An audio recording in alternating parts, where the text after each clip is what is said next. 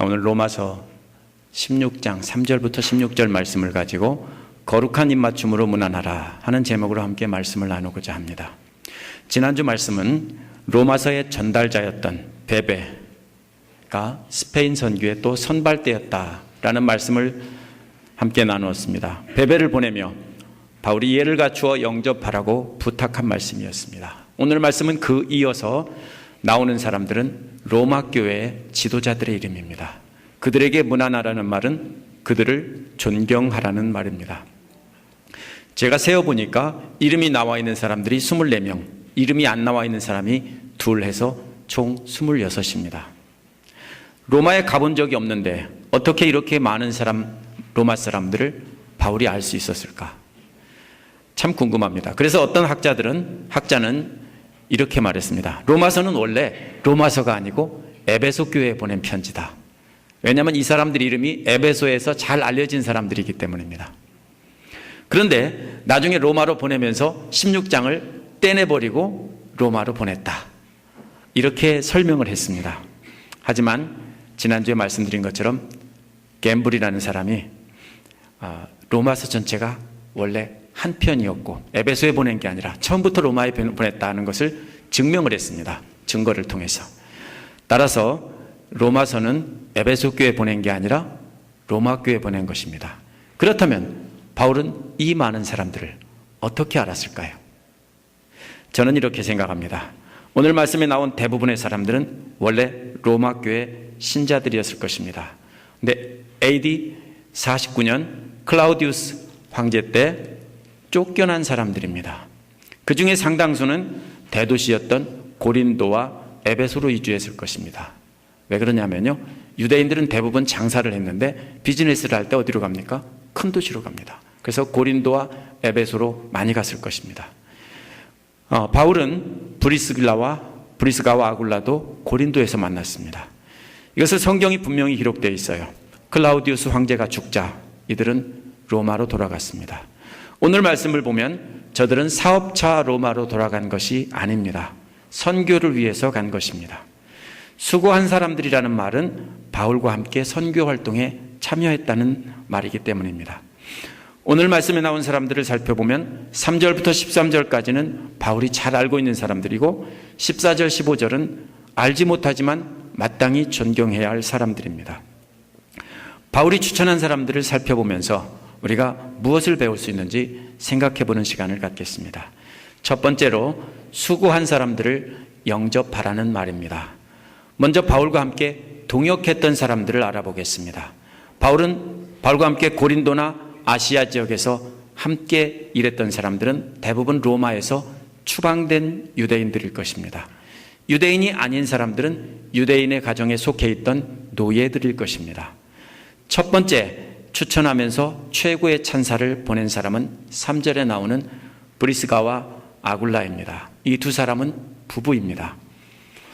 사도행전 18장 2절에 보면 이탈리아에서 고린도로 이사 왔다라고 분명히 기록하고 있습니다. 바울이 전도한 사람이 아닙니다. 이미 49년 로마에서 추방되기 이전에 로마 교회의 지도자였을 것입니다. 바울은 이 두 사람을 동역자라고 소개합니다. 이들은 자신을 도와서 선교 활동을 함께하고 함께 가르치고 말씀 선포를 했다는 뜻입니다. 또 4절에 보면 생명의 위험을 무릅쓰고 내 목숨을 구해준 사람들이라고 소개했습니다. 생명을 위협을 무릅쓰고라는 말은 원어에서 목을 내놓고라는 말입니다. 목을 쭉 빼서 단두대 위에다가 내려놓은 것입니다. 사도행전 18장 18절에 보면 이 두 사람은 고린도에서 에베소로 바울이 갈 때 동행했다고 되어 있습니다. 바울이 에베소로 갈 때 그들은 사역을 돕기 위해서 고린도에서 잡은 터전을 다 내려놓고 에베소까지 바울과 함께 따라간 것입니다. 이 부부는 바울이 죽게 됐을 때 자기 목을 내놓고 이 두 사람을 구해준 사람들입니다.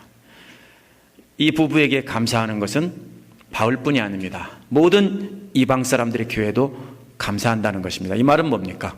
모든 이방 사람의 교회들 지도자들을 많이 구해줬고 많이 도와줬다는 말입니다. 재정적으로도 도와주고 저들의 목숨도 구해주고 이렇게 많이 했다는 뜻입니다.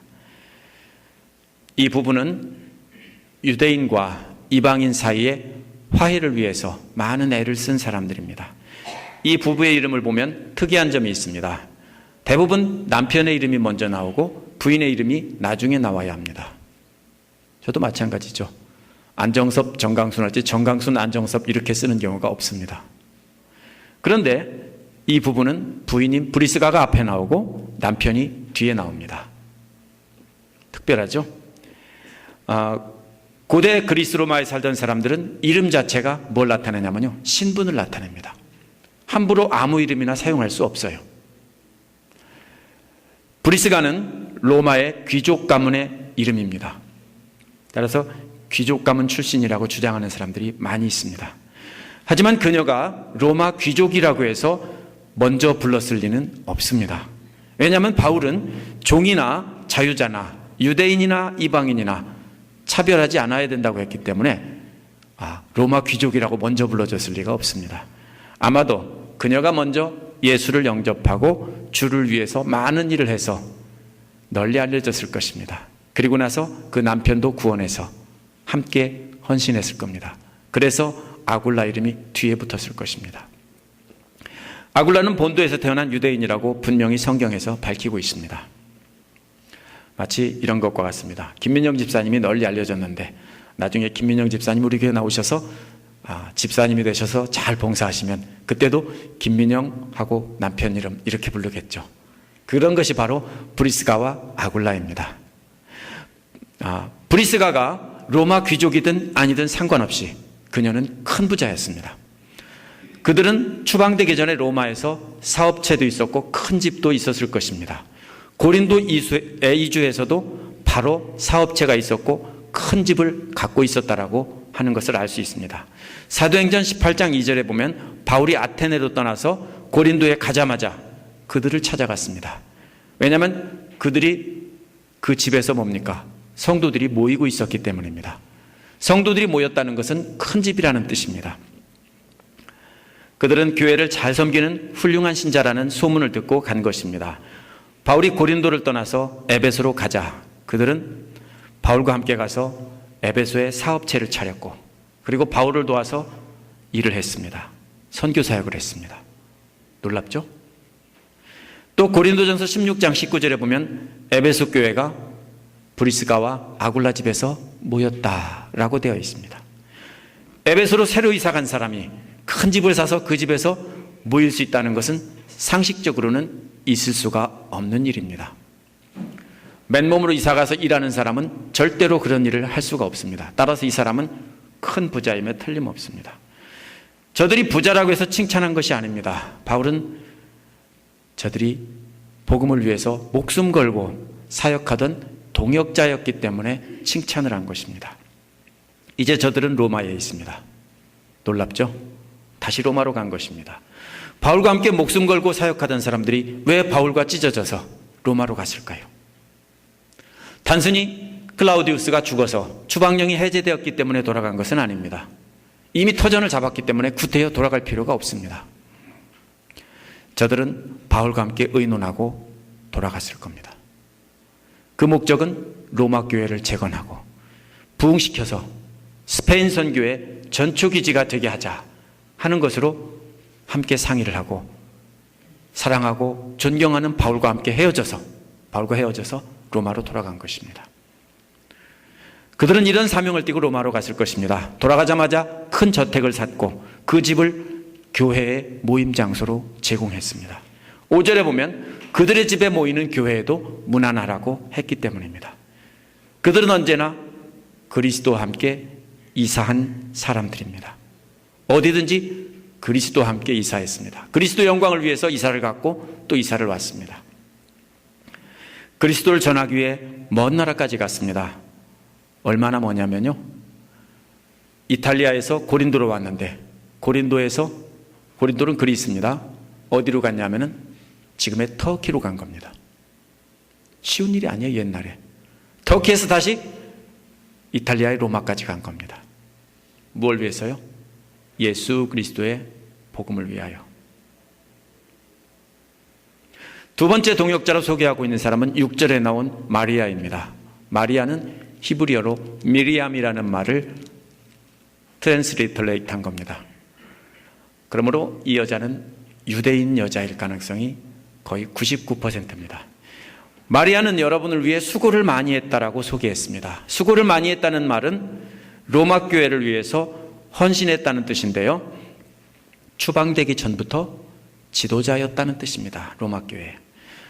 그녀도 분명히 AD 49년에 추방되었다가 추방령이 해제되자마자 바로 돌아왔을 것입니다. 그녀가 돌아온 이유도 분명히 로마 교회를 위해서입니다. 유대인 여자이지만 귀한 사역을 헌신적으로 감당했기 때문에 그만큼 존경해줘야 된다는 말입니다. 세 번째로 동역자로 소개하고 있는 사람은 7절에 나오는 안드로니고와 유니아입니다. 유니아는 오랫동안 남자라고 생각했고 남자라고 설교를 했습니다. 왜냐하면 사도들에게 좋은 평을 받았다라고 한 말 때문입니다. 사도들에게 좋은 평을 받았다는 말은요, 사도들 중에서, 사도들 안에서 이런 말입니다. 그러면 유니아와 안드로니고도 사도라는 뜻입니다. 이 말은 원어를 보면 사도들 가운데서 인정받는 사도다라는 뜻입니다. 그렇기 때문에 여자라면 말이 안 된다. 그러니까 남자로 하자 해서 옛날 사본에도 끝에다가 받침만 바꾸면은, 말끝만 바꾸면 여자가 되고 남자가 이름이 됩니다. 그래서 이 유니아가 남자로 기록된 사본들도 있고 또 그렇게 해석되어 왔습니다. 하지만 대부분의 중요한 사본들은 유니아가 여자라는 것을 분명히 증명을 합니다. 근데 이 두 사람도 부부일 가능성이 높습니다. 왜냐하면 브리스길라와 아굴라처럼 안드로니고와 유니아 이렇게 연결해 놨기 때문에 이 사람들은 부부입니다. 바울은 이 부부를 친척이라고 했는데 동포라는 뜻이지 가까운 친척이라는 뜻은 아닙니다. 바울은 이들이 자신과 함께 갇혔던 사람들이라는 말입니다. 교도소 동기, 깜빵 동기라는 말입니다. 복음을 위해서 감옥에 갇혔다가 함께 고생한 사람들이라는 뜻입니다. 또 사도들 사이에서 좋은 평을 받았다고 했는데 이 말은 outstanding apostle이라는 말입니다. 아주 뛰어난 사도라는 뜻입니다. 여기서 사도라는 말은 12사도를 뜻하는 말이 아닙니다. 사도라는 말은 보냄을 받았다는 뜻입니다. 그리스어로 아포라는 말은 멀리라는 뜻이고요. 그 다음에 스톨로스는요, 스텔로라는 말은 보냈다는 뜻입니다. 그래서 멀리 보냈다는 뜻입니다. 그런데 신약 성경에서 사도라는 말 쓸 때는 아무한테나 쓰는 게 아닙니다. 전부 예수 그리스도를 직접 만났고 예수 그리스도로부터 직접 가르침을 받은 사람들이 복음을 증거했을 때 그 사람들을 사도라고 불렀습니다. 따라서 이 사람들은 예수 그리스도를 지상 사역하실 때 직접 만났고 따라다녔고 배운 사람들일 것입니다. 바울이 자신보다 먼저 믿었다고 했기 때문에 이들은 분명히 예수님의 지상 사역 때 함께 따라다녔던 사람들일 가능성이 대단히 높습니다. 네 번째 동역자로 소개한 사람은 9절에 나온 우르바노입니다.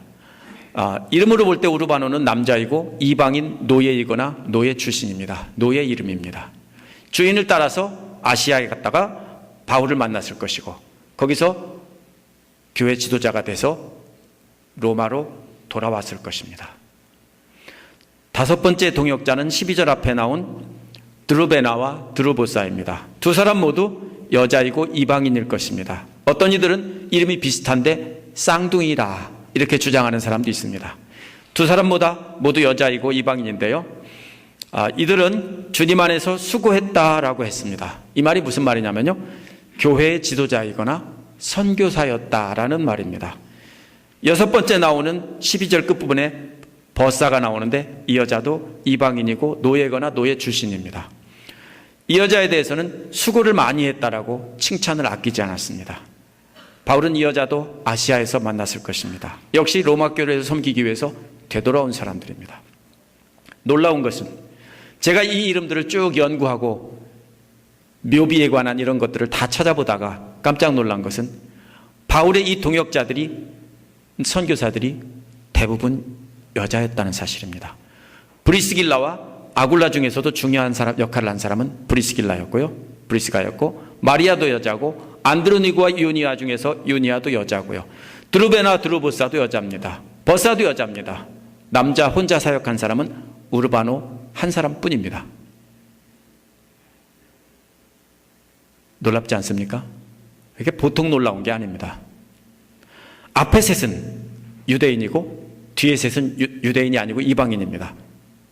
셋이라고 할 때 부부를 함께 쳐서 셋을 말하는 겁니다. 앞에 셋은 유대인, 뒤에 셋은 이방인인데요. 우연일까요? 실수했을까요? 절대로 그렇지 않습니다. 바울은 의도적으로 유대인과 이방인 사이에 하나 되게 하기 위해서 뭡니까? 동일한 비율로 추천을 한 것입니다.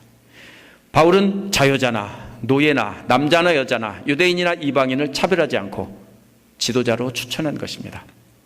그래서 우리가 뭘 배워야 됩니까? 우리도 세상 사람들처럼 지식이나 명예나 재물이나 이런 것 따라서 사람들을 존경하고 차별하면 안 됩니다. 인종이나 성별, 사회적인 신분에 따라 차별하면 안 됩니다. 우리 주께서 몸소 시범을 보여주셨을 때 어떻게 했습니까? 소외당한 여자들, 죄인들을 택하시고 축복해 주셨어요. 그것 때문에 예수님은 그 당시에 유대교 지도자들한테 욕을 먹고 미움을 받았어요. 바울도 그 가르침에 따라서 그대로 실천하고 있는 겁니다. 만약 세상 사람들처럼 그렇게 신분에 따라서 차별하고 높은 사람이 오면 오셨습니까 하고 안 그런 사람이 오면 저 발밑에 앉으라고 야고보에 나온 것처럼 그렇게 하면 교회를 분열시키는 지름길입니다. 우리는 주님을 위해서 수고하는 사람들을 영접하고 그들 앞에 고개를 숙여 존경하는 풍토가 정착되게 해야 합니다. 그 사람이 아무리 나이가 젊고 아무리 배운 것이 없고 아무리 가진 것이 없어도 주님을 위해서 헌신하는 사람이면 고개 숙여서 존경하고 그들 앞에 무릎을 꿇고 엎드려서 높여줘야 합니다. 이것이 바로 성경에 나타난 것이고 예수님의 방식의 리더십이고 바울이 실천했던 리더십이에요. 두 번째로는 인정받는 자를 영접하라는 겁니다. 그 다음 부류의 사람들은 바울이나 다른 사람들에게 인정받는 사람들입니다. 먼저 앞에 나온 사람들은 바울이 잘 아는 것 사람들, 또 사랑하는 사람들입니다. 첫 번째는 첫 열매라고 추천한 에베네도입니다. 5절에 나오는 에베네도는 이방인이고 브리스가와 아굴라의 집안에 속한 사람일 것입니다. 브리스가와 아굴라를 따라서 에베소로 이주했다가 거기에서 바울을 만나서 예수를 믿었습니다. 때문에 아시아에서 첫 열매라고 하고 있는 것입니다. 두 번째는 사랑하는 사람들입니다. 8절에 암블리아와 9절에 스다구를 사랑하는 사람이라고 추천했습니다. 스다구는 역시 이름을 볼 때 노예입니다. 뭡니까? 옥수수라는 그런 말과 비슷한 말입니다. 영어도 그렇죠. 녹말 이런 거 말할 때 쓰는 말입니다. 노예들 이름은 이렇게 함부로 막 불렀습니다. 바울이 이들을 사랑하는 이유는 예쁘거나 착하거나 맛있는 거 많이 사줘서가 아닙니다.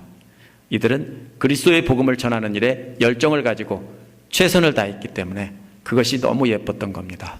저도 주님을 향한 열정을 가지고 있는 분들을 사랑합니다. 그런 분들을 볼 때마다 너무 예뻐요. 저도 그런 분들을 제가 사랑하는 사람이라고 소개하고 싶습니다. 그럼 바울이 내가 사랑하는 사람이다 라고 하는 사람들은 얼마나 열심히 주를 섬겼는지 알아볼 만한 사람들입니다. 세 번째는 인정받는 자입니다. 10절에 나오는 아벨레는 유대인일 가능성이 높습니다. 그는 그리스도 안에서 인정받는 자다 했습니다. 무슨 말입니까? 검증된 사람이라는 뜻입니다. 이 말은 말씀을 증거할 수 있는 검증된 사람이라는 뜻입니다. 그러니까 그 사람은 말씀을 잘 증거하고 말씀대로 잘 사는 분이니까 믿고 맡겨도 좋다라는 뜻입니다. 네 번째는 택하심을 받은 자입니다. 13절에 루포는 주님 안에서 택하심을 받은 자다 이렇게 소개하고 있습니다. 분명하진 않지만 마가복음 15장 21절에 나오는 구레네 시몬의 아들일 가능성이 높다 이렇게 말을 합니다. 그 아버지 구레네 시몬이 예수의 십자가를 대신 졌고 그 일로 인해서 가족들이 믿었을 것이다. 증거는 없습니다. 그래서 주님 안에서 택하심을 받은 자다 이렇게 소개했을 것입니다. 또 루포의 어머니를 자신의 어머니다라고 했습니다. 그들도 역시 아시아에 거주하던 사람들인데 나의 어머니로 소개한 것은 바울이 그 지역에 갔을 때 그 집에서 한 가족처럼 지냈고, 그때 루포의 어머니가 바울을 친아들처럼 잘 대해줬다는 뜻입니다. 그래서 그의 어머니가 곧 나의 어머니니까 그의 어머니도 존경해주라. 바울이 자기한테만 잘했다고 존경해주라고 할까요? 아닙니다. 루포의 어머니는 바울뿐 아니라 수많은 전도자들을 잘 섬기고 베푸신 분일 겁니다. 그렇기 때문에 루포의 어머니도 존경하라는 뜻입니다. 마지막으로 아무런 추천의 말은 없지만 유명한 이름이 두 사람이 뜨입니다. 이들도 바울이 잘 아는 사람입니다. 10절 끝에 나오는 아리스토블루스의 가족입니다. 가족인지 아니면 그 집에서 일하는 노예인지는 분명하지 않습니다. 그 집 사람들이라고 했기 때문입니다. 아리스토블루스는 누구냐면요, 헤롯 대왕의 손자이고요, 헤롯 아그리빠의 동생으로 로마의 볼모로 잡혀갔던 사람입니다. 다른 가능성은 없습니다. 왜냐하면 흔한 이름이 아니고 또 묘비나 여러 가지 기록에 분명하게 남아있기 때문입니다. 그러면 무슨 얘기입니까? 그 가문 사람 중에서 예수를 잘 믿는 사람들이 있었다라는 것입니다. 또 11절에 헤로디온도 역시 헤롯 가문의 사람입니다. 아마도 아리스토블루스와 관련이 있기 때문에 바로 연결해서 말했을 것입니다. 친척이라는 말 역시 바울 자신의 동포라는 뜻입니다. 이들은 바울이 만나서 직접 교제를 했고 잘 아는 사람들입니다. 그래서 추천을 한 것입니다. 14절 15절에 나오는 수많은 사람들은 바울이 만난 적이 없는 사람들입니다. 하지만 많은 성도들에게 인정받고 있기 때문에 영접하라고 추천한 것입니다. 바울은 자신이 아는 사람만 추천한 게 아니라 모르지만 복음에 합당한 삶을 살고 있는 사람이라면 누구나 추천해서 존경하라고 한 것입니다. 14절의 5사람은 교회 지도자들입니다. 로마의 교회가 한 개가 있던 게 아니고 수많은 교회가 가정에서 모였습니다. 오늘날처럼 수천 명 모이는 한 교회가 있었던 것이 아닙니다. 그들과 함께 있는 형제자매들은 그 교회의 성도들일 것입니다. 또 15절에 빌롤로고와 율리아도 부부일 가능성이 있습니다. 그렇다면 내려오는 아들이고 그 누이 올른바는 딸입니다. 한 가족일 가능성이 높습니다. 이들과 함께 있는 모든 이들에게도 문안하라고 했습니다. 이들 가족 모두가 다 주님을 위해서 헌신하는 지도자였기 때문에 이렇게 추천한 것입니다. 바울은 저들을 모릅니다. 개인적으로 만난 적이 없습니다. 하지만 소문을 들어서 믿을 만한 사람을 통해서 들었기 때문에 분명히 추천하고 있는 것입니다. 따라서 믿을 만한 지도자가 인정하고 추천한 사람은 어떻게 해야 됩니까? 영접하고 존경해야 합니다. 또 신실한 사람들 사이에서 인정받는 자라면 존경해야 합니다. 존경해야 될 기준은 뭡니까? 그리스도의 복음을 위해서 헌신하는 사람이냐 아니냐 하는 것입니다. 세상에서 잘나고 똑똑하냐 아니냐가 존경할 기준이 돼서는 절대로 안 됩니다. 우리도 하나님 말씀을 사모하고 그 말씀대로 순종하며 전하기에 최선을 다하는 사람을 존경하는 교회가 되어야 됩니다. 그럴 때 우리가 하나가 될 수 있습니다. 세 번째로 영접해야 되는 이유가 나옵니다. 3절에서 15절까지 26명을 소개했습니다. 16절은 그 결론을 내린 것입니다. 바울이 소개한 사람이 지금 보면 뭡니까? 유대인도 있고 이방인도 있고 남자도 있고 여자도 있고 종도 있고 자유인도 있고 다 있습니다. 성별이나 신분이나 인종이나 상관없이 다 한 몸이라는 것을 몸소 실천한 것입니다. 초대교회 사람들은 참 놀라운 사람들이에요. 오늘날은 신분이 없어도 신분을 만들어서 나누는데 그 옛날 초대교회 사람들은 분명히 노예와 주인이 다른데도 함께 모여서 예배를 드렸고 노예를 뭘로 삼았어요? 지도자로 세웠어요. 이게 초대교회입니다. 이걸 보면은 고린도전서 12장 13절에 뭐라고 했냐면요, 우리가 유대인이나 헬라인이나 종이나 자유자나 다 한 성령으로 침례받아 한 몸이 되었고 또 다 한 성령을 마시게 하셨느니라 라고 했습니다. 그것을 말로만 가르친 것이 아니라 자신의 사역을 통해서 또 자신이 전한 주님의 말씀을 통해서 이렇게 증명하고 있는 것입니다.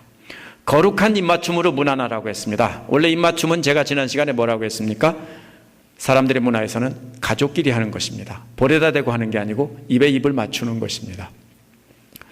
그 당시 사람들은 가족끼리 입에다 입을 대고 입맞춤을 했습니다. 그러면 서로의 영이 입맞춤을 통해 섞여서 하나가 된다, 이렇게 생각한 것입니다.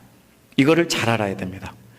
따라서 당시 사람들의 입맞춤이라는 것은 가족 간에 한 영이 돼서 연합한다는 뜻입니다. 성도끼리 그리스도 안에서 한 가족이라는 뜻입니다. 하지만 세속적인 가족 간의 입맞춤과는 구별하기 위해서 거룩한 입맞춤이다, 이렇게 말을 했습니다. 고린도전서 12장 13절 아까 말한 한 성령 받아 한 몸이 되었다는 것도 거룩한 입맞춤을 통해서 성령이 서로 전달돼서 모두가 다 한 성령을 입었다, 이런 뜻입니다. 따라서 이처럼 추천한 사람을 영접해야 되는 이유가 성령 안에서 하나가 되기 위해서입니다. 하나가 되기 위해서는 세상적인 기준으로 존경해서는 안 됩니다. 그러면 하나가 될 수 없습니다. 종은 종대로, 주인은 주인대로, 그렇죠? 유대인과 이방인, 여자와 남자가 다 갈려져서 절대로 하나가 될 수 없습니다. 예수님께서 그 벽을 허무셨고 바울 사도가 지금 그 벽을 허물고 있습니다. 모두가 하나다라는 겁니다. 하나라면 어떻습니까? 누구든지 훌륭한 사람이 지도자가 되어야 되는 겁니다. 따라서 모두가 복음을 위해서 하나가 돼서 땅끝까지 복음 전파하는 사역을 마치기 위해서는 주님을 위해서 수고하는 사람들을 존경하는 풍토가 형성되어야 한다는 것입니다. 오늘 말씀의 결론을 맺겠습니다. 오늘 말씀에 나오는 많은 사람의 이름을 연구한 결과 신분이 높은 자도 있고 천한 노예도 있고 유대인도 있고 이방인도 있습니다. 남자도 있고 상당수의 여자가 있습니다. 2000년 전에 사회에서 성별과 신분 차별 없이 주님을 사랑하고 수고한 사람은 누구나 지도자로 추천했다.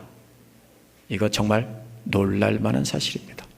진짜 놀랄 만한 사실입니다. 별스럽지 않게 생각되세요? 오늘날도 이루어지기가 어려운 일인데 2000년 전에 이미 사도 바울은 그렇게 실천을 했다는 것입니다. 오늘날 현대의 어떤 집단에서도 이런 모습을 보기가 어렵습니다. 물론 법적으로는 남녀와 신분의 차별이 없지만 실제로는 보이지 않는 유리벽이 있습니다. 이것이 오늘날 사회입니다. 바울이 함께 사역했던 동역자들 보면 우르바노를 빼놓고는 전부 여자들이 끼어 있었습니다. 모두가 다 고린도나 아시아면 주로 에베소를 말합니다. 바울과 함께 동역했던 사람들입니다. 모두가 로마로 갈 길이 열리자마자 로마 교회를 위해서 로마로 돌아간 사람들입니다. 보통 사람들이 아니에요. 하실 수 있겠어요? 지금 당장 한국으로 이민 가실 수 있겠어요? 복음을 위해서? 아니면 한국은 좋으니까 좋아, 그럼 베트남으로 이민 가실 수 있겠어요? 저와 함께 가실까요? 제가 선교 갔다고 할 때 저를 도와서 우리 교회 성도들이 다 베트남으로 이민 가실 수 있습니까?